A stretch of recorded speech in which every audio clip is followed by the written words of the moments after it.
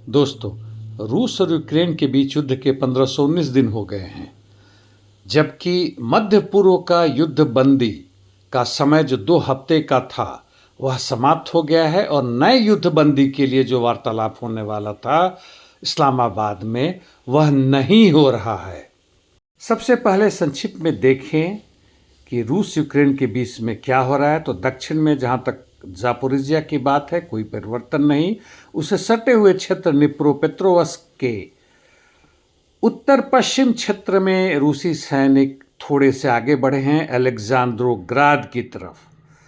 पूर्व में पुक्रोवस दिशा में आते हैं, वहाँ पे रूसी सैनिकों का ग्रिशने पर पूरी तरह कब्जा है तथा उससे आगे और रुडिंस्की से भी आगे बढ़े हैं।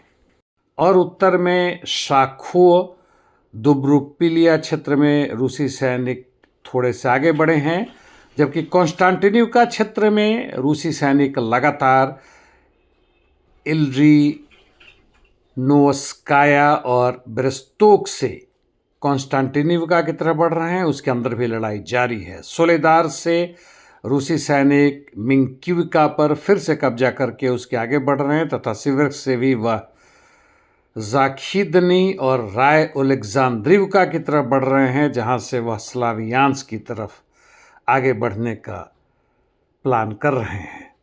नॉर्थ ईस्ट लाइमान में यूक्रेन के सैनिक लेमान के पूर्व में काउंटर अटैक कर आगे बढ़े हैं और यह स्थिति लोजोवा यानी बोरिविस्की क्षेत्र में है। कुपियांस में अब रूसी सैनिकों ने आगे बढ़ने की कार्रवाई तकरीबन शुरू कर दी है कार्लिवका और कुपियांस सिटी की तरफ। वोल्चांस्क और सुमी में स्थिति पहले जैसे लगातार है। रूसी सैनिक वोल्चांस्क के ओख्रिमिफका में आगे बढ़े हैं तथा वाट्री नारनोए नामक गांव पर कब्जा कर लिया है और सुमी में क्राजनोपिलिया की तरफ बढ़ रहे हैं। इंटरडिक्शन मिशंस पहले की तरह जारी है।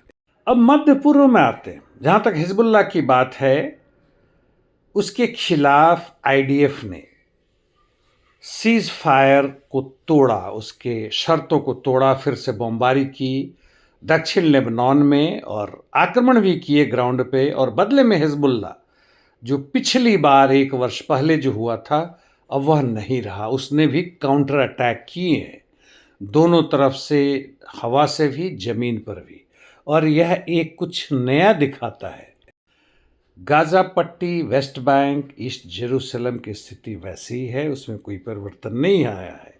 अब आते हैं ईरान पर। 2 हफ्ते का जंग बंदी खत्म हो चुका है और ट्रंप ने साफ कहा था कि उनके शर्तों को ना माना जाएगा और यदि युद्ध बंदी नहीं होता है तो वह ईरान पर फिर से आक्रमण करेंगे।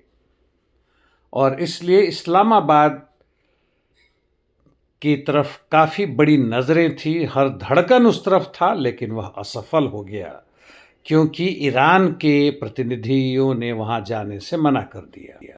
जेडी वॉन्स यानी अमेरिकी उपराष्ट्रपति और उनके गुर्गे स्पेशल एनवॉय, विदेश मंत्री, यह सब तैयार थे चलने के लिए, लेकिन वॉशिंगटन में मजबूरी में कैंसिल कर दिया क्योंकि ईरान ने साफ नकार दिया कि उनके कोई भी एनवॉय इस्लामाबाद नहीं जाएंगे बातचीत को आगे करने के लिए, क्योंकि उनकी शर्तें नहीं मानी गई है।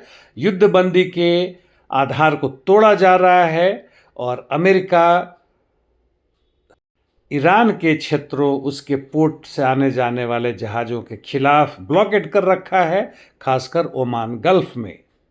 यह एक बहुत बड़ी खबर है और ट्रंप ने अपनी तरफ से युद्धबंदी को एक्सटेंड किया है। कितने समय तक के लिए वो देखना होगा, लेकिन यह ट्रंप की बेचारगी नज़र आती है।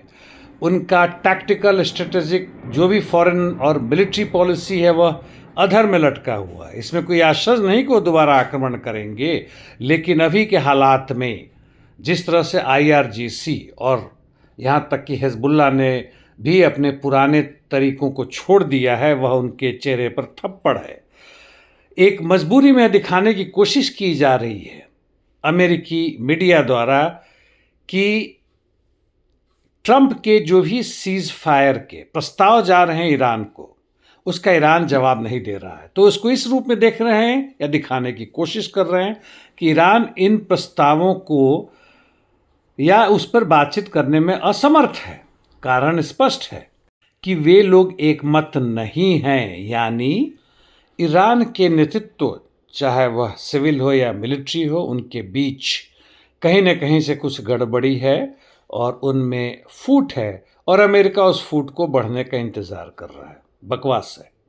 दूसरा यह भी है कि एक्सटेंड करके व्यापारी ट्रंप, वह प्रेसिडेंट है इसमें संदेह नहीं, लेकिन व्यापारी भी हैं, बहुत बड़े हैं, और वह देख रहे हैं कि किस तरह से शेयर मार्केट किस तरफ जा रहा है, फिनेंशियल मार्केट किस तरफ जा रहा है, और उसको आगे बढ़ाने का और घटाने का काम कर रहे हैं ताकि वो सही समय पर अपना शेयर खरीद सके या बेच सके। और खबर यह भी है कि ईरान के ना कर देने पर अमेरिका अब इस्लामाबाद पर दबाव डाल रहा है कि किसी भी तरह से युद्धबंदी को बढ़ाओ, ईरान को तैयार करो, कुछ और समय लेते हैं, बातचीत करते हैं ना, क्या ऐसी हड़बड़ी या गड़बड़ी है। हालांकि ट्रंप ने यह भी कहा था कि 2 हफ्ते का समय लिया गया था ताकि वह युद्ध की पूरी तैयारी कर सके, और आपको पता है कि मध्य पूर्व के उसके अधिकांश सैनिक ठिकाने नेस्तनाबूद हो गए हैं या बहुत बुरी हालत में हैं। यही हालात इजराइल की भी है।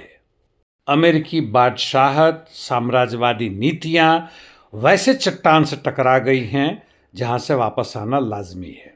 धन्यवाद।